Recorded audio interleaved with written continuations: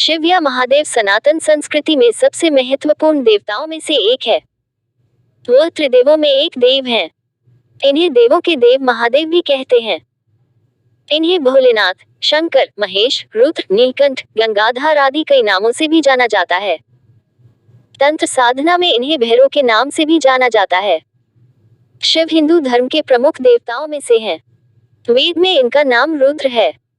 शंकर जी को संहार का देवता कहा जाता है। शंकर जी सौम्य आकृति एवं रौद्र रूप दोनों के लिए विख्यात हैं। अन्य देवों से माना गया है। सृष्टि की उत्पत्ति, स्थिति एवं संहार के अधिपति शिव हैं। शिव का अर्थ यद्यपि कल्याणकारी माना गया है, लेकिन वे हमेशा लय एवं प्रलय दोनों को अपने अधीन किए हुए हैं। रावण, शनि, कश्यप ऋषि आदि इनके भक्त हुए हैं। शिव सभी को समान दृष्टि से देखते हैं, इसलिए उन्हें महादेव कहा जाता है। पुराणों के अनुसार भोलेनाथ स्वयंभू है, लेकिन भोलेनाथ से जुड़ी की रहस्यमय कथाएं प्रचलित हैं। भगवान शिव स्वयंभू हैं, लेकिन पुराणों में उनकी उत्पत्ति का विवरण मिलता है।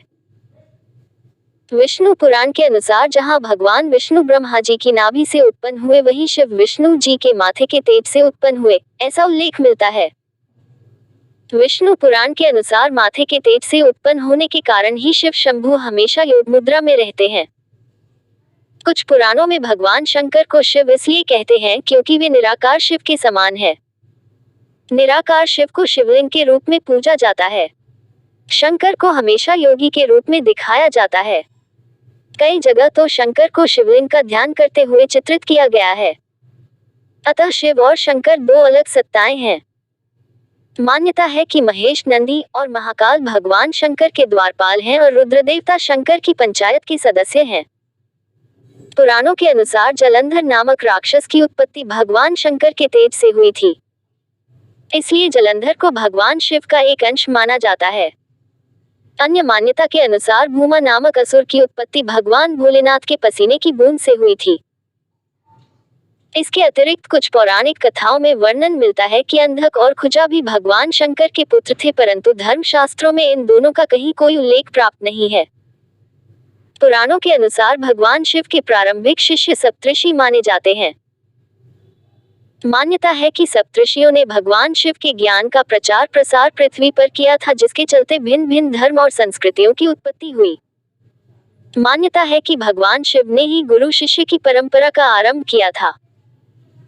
शिव के शिष्यों में बृहस्पति, विशालाक्ष, शुक्र, सहस्राक्ष, महेंद्र, प्राचेतस, मनु, भारद्वाज शामिल थे। ऐसी मान्यता है कि भगवान शिव की दो पत्नियां थी, पहली देवी सती और दूसरी माता पार्वती। लेकिन यदि हिंदू पौराणिक कथाओं की माने तो भगवान नीलकंठेश्वर ने एक दो नहीं बल्कि 4 विवाह किए थे। उन्होंने ये सभी विवाह आदिशक्ति के साथ ही किए थे। भगवान शिव ने पहला विवाह माता सती के साथ किया, जो कि प्रजापति दक्ष की पुत्री थी।